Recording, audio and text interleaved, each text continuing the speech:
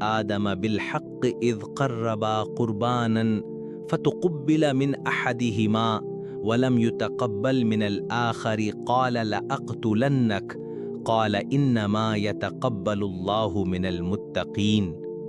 سورہ المائدہ آیت نمبر 27۔ اور انہیں آدم کے دونوں بیٹوں کا قصہ سناؤ جو سچائی کے ساتھ ہے۔ جب انہوں نے قربانی پیش کی تو ایک کی قربانی قبول ہوئی اور دوسرے کی قبول نہ ہوئی۔ اس نے کہا میں تجھے ضرور قتل کروں گا۔ دوسرے نے جواب دیا اللہ تو صرف متقیوں کی قربانی قبول کرتا ہے۔ قابیل کے دل میں حسد، نفرت اور انا نے جڑیں پکڑ لیں۔ وہ اس بات کو برداشت نہ کر سکا کہ اس کے چھوٹے بھائی کی قربانی قبول ہو جائے اور اس کی نہ ہو۔